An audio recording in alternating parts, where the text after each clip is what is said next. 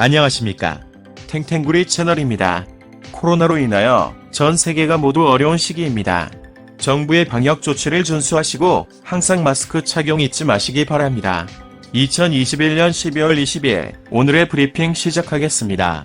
바쁜 현대인의 삶을 살아가면서 신문 볼 여유가 없는 여러분을 대신하여 매일 경제 신문 내용 중에서 중요한 부분만을 요약하여 정리해드리도록 하겠습니다. 하루 10분 정도만 시청하시게 되면 국내외 세상 돌아가는 내용을 전반적으로 이해하실 수 있겠습니다. 아참, 구독과 좋아요는 탱탱구리 채널의 보약과도 같습니다.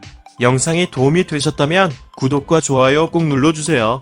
그럼 오늘도 행복하고 즐거운 하루 되십시오. 첫 소식입니다. 백사 입주했는데 도로는 한개 차선, 인제도 떠난다. 산업단지만 만들었지 접근 교통망은 엉망이에요. 출퇴근길이 매일 지옥입니다. 공무원들에게 이곳으로 출퇴근해보라고 말해주고 싶어요. 지난 16일 경기도 화성시 정남면 정남일반 산업단지에서 만난 근로자들은 기다렸다는 듯 불만을 쏟아냈다. 화성 남쪽 끝자락에 위치한 정남 3단은 지난해 6월 준공됐다. 현재 104개 기업 2,700여 명의 근로자가 근무하고 있다. 준공 전 분양이 모두 완료돼 수원, 화성, 평택, 오산의 제조업을 이을 산업단지 실크로드로 관심을 모은 곳이다. 그러나 산단 입주 기업과 근로자들은 산단을 준공할 때 진입 도로까지 함께 확장해 동시에 준공하겠다는 약속이 깨지면서 매일 반복되는 지옥 출퇴근에 지쳐있다. 라는 소식입니다. 다음은 2.1주택자 세금 경감, 윤재건축 규제 완화, 돌돌한 공약. 부동산 전문가들은 내년 부동산 시장에 가장 큰 영향을 주는 변수는 무엇이냐는 질문에 대통령 선거 전후 정책 변화를 첫손에 꼽았다. 이어 기준금리 인상, 전월세 가격 등이 뒤를 이었다. 시장 전문가들은 이재명 더불어민주당 대선 후보의 부동산 정책 중 가장 실효성 있고 효과적이라고 생각하는 것이 무엇이냐는 질문에 실거주 주택에 대한 세금 부담 경감을 첫손에 꼽았다. 주택 250만 가구, 공공부문 위주 공급이 뒤를 이었다. 윤석열 국민의힘 대선 후보의 정책 중 부동산 시장 안정을 위해 가장 실효성 있고 효과적이라고 생각하는 것이 무엇이냐는 질문에 민간 위주 신규 주택 250만 가구 공급 민간 재개발, 재건축 규제 완화가 나란히 꼽혔다. 양도세 등 거래세 완화가 뒤를 이었다. 라는 소식입니다. 다음은 주말 저녁 손님 50명 받던 식당에 6명뿐 연말 대목 망쳤어요. 가게든 배달이든 손님이 싹 사라졌네요. 19일 오전 11시 30분 평소 같았으면 손님으로 한창 붐볐을 서울 강남구 하나 귓집 식당이 텅 비어 있었다.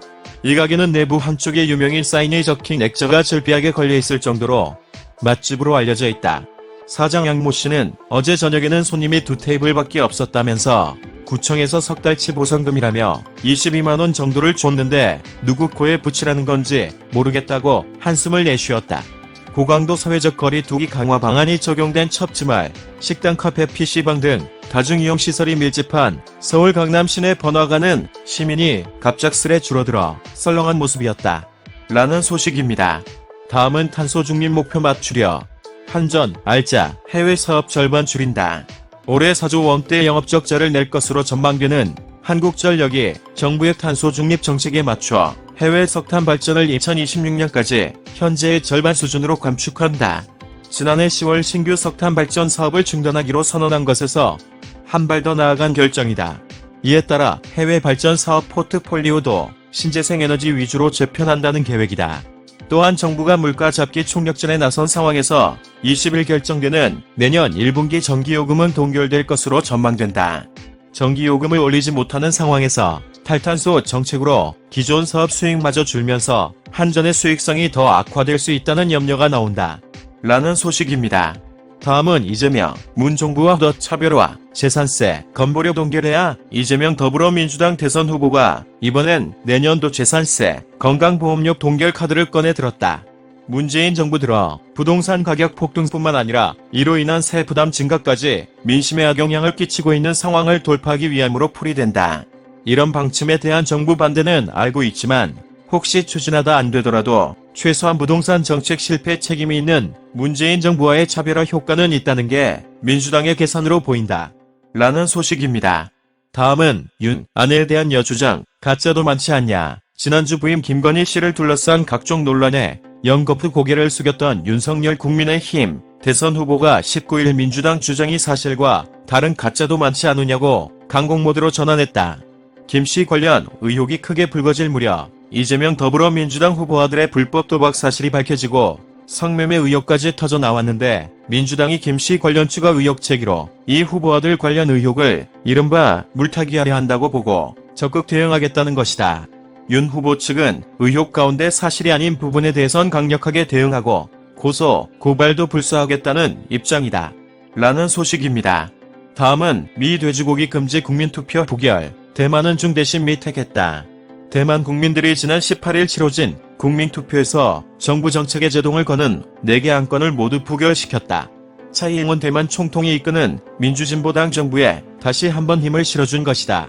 특히 이번 투표를 통해 미국과 경제, 안보 협력을 강화하라는 대만 민심이 다시 한번 확인되면서 민진당의 친미 행보에 더욱 탄력이 붙게 됐다. 반면 양안 갈등은 더욱 심화될 것으로 예상된다. 이번 투표에서 가장 쟁점이 된 것은 락토파민, 함유, 미국산 돼지고기 수입 금지 안건이었다. 라는 소식입니다.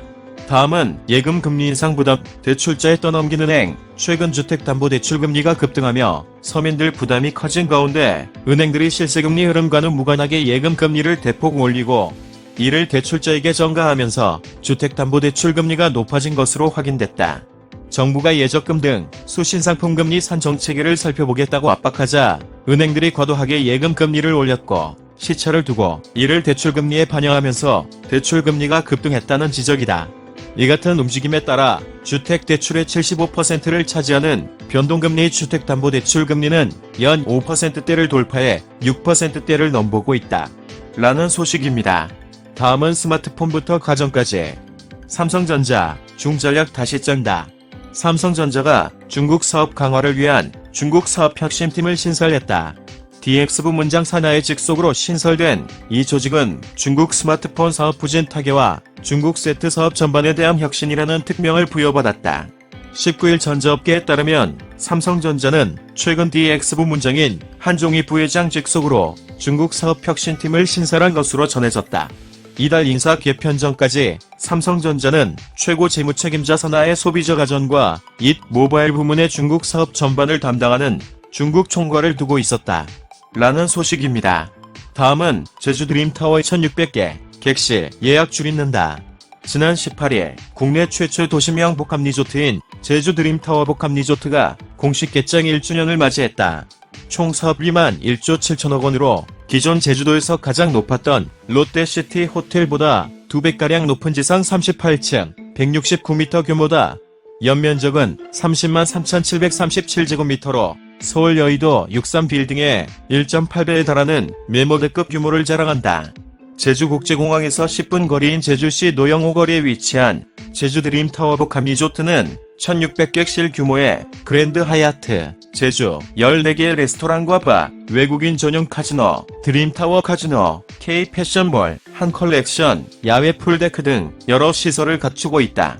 지난 10월에는 매출액 82억 원에 영업이익 사업 8천만 원을 기록하며 제주 드림타워 복합리조트 공식 개장 이래 처음으로 월간 흑자를 기록했다. 12월 들어 평균 800에서 900실, 최대 약 1100실이 예약되고 있다. 라는 소식입니다. 다음은 반도체주 바닥 기대학 확산, 내년 메모리에 봄 온다. 한국 대표 업종 반도체에 대한 내년 기대감이 커지고 있다. 19일 금융투자업계에 따르면 내년 반도체 업광은 우려만큼 나쁘지 않을 것으로 전망된다.